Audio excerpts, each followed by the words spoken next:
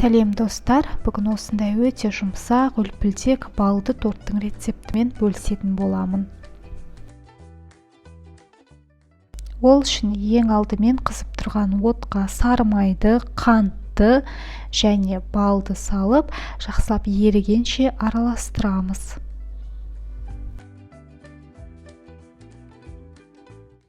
Еріту барысында араластырып тұруымыз керек, себебі асты қатып қалуы мүмкін.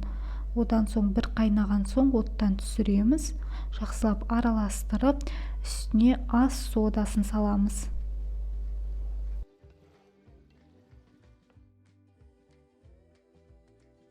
Масса осылай 2-3 есеге дейін үлкейеді.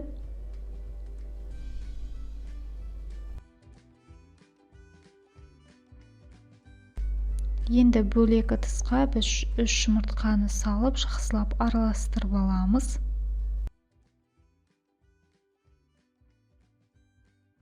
Араласқан жұмыртқаны жаңағы массаның үстіне бөліктерге бөліп, бірнеше бөлікке бөліп, құйып араластырып отырамыз.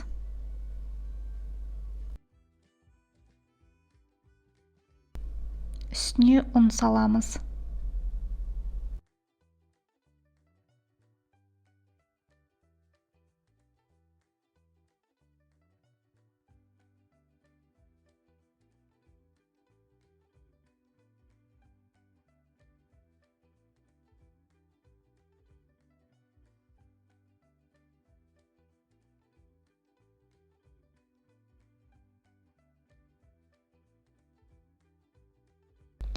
Осындай қоймалжың қолға жабысқақ масса пайда болады.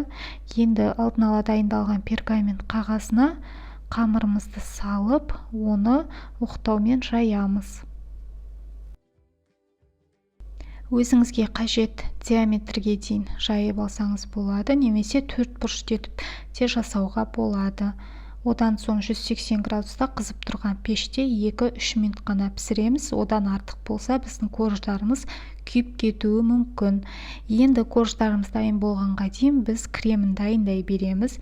Ең алдымен 250 грамм сливкидан біз жақсылап миксермен араластырып, крем дайындап аламыз.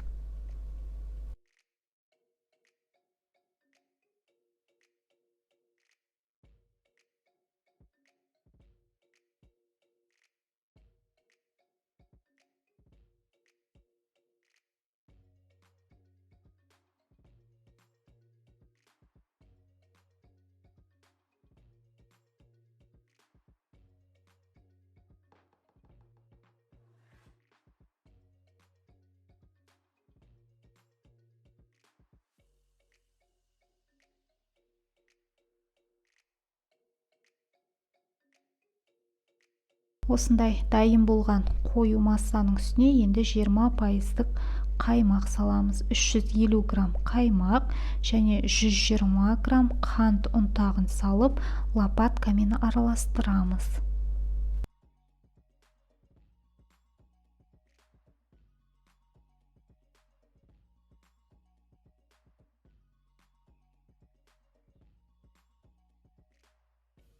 Міне бізде осындай қою крем шықты. Ендігі кезекте біз корждарымызды осы креммен жинауға кірісетін боламыз. Подложканың астына міндетті түрде крем жағып қоямыз, себебі корждарымыз жылжып кетуі мүмкін.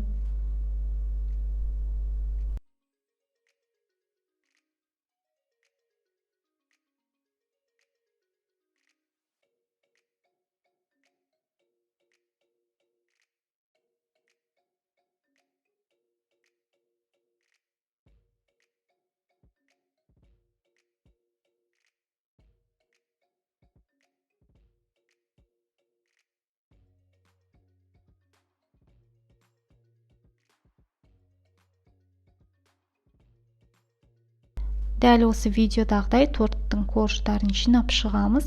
Егер осы рецептпен жасасаңыз, сізде 6-7 корж шығуы керек. Тортты осылай қаптап креммен жинап алдық. Ендігі кезекте корждарымыздың шетін кескенде қалған қалдықтарын алдымен үгітіп аламыз. Оқтаумен де үгітуге болады. Осы ұнтақпен біз торттың бетін әсемдейміз, яғни торттың бетіне осы ұнтақты сеуіп шығатын боламыз.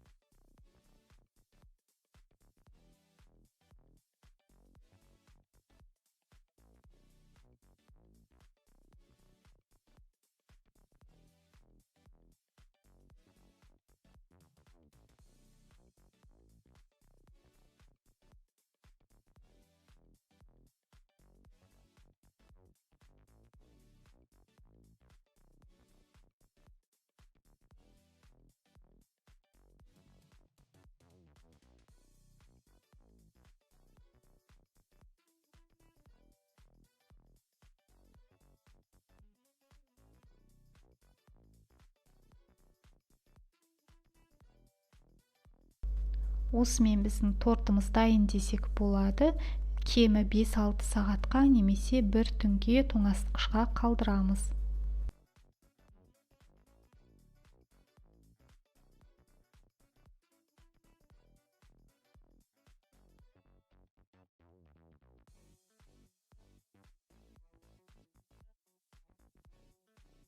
Құрметті достар, видео ұнаса міндетті түрде лайк басып, пікір қалдыруды және менің каналыма жазылуды ұмытпаңыздар.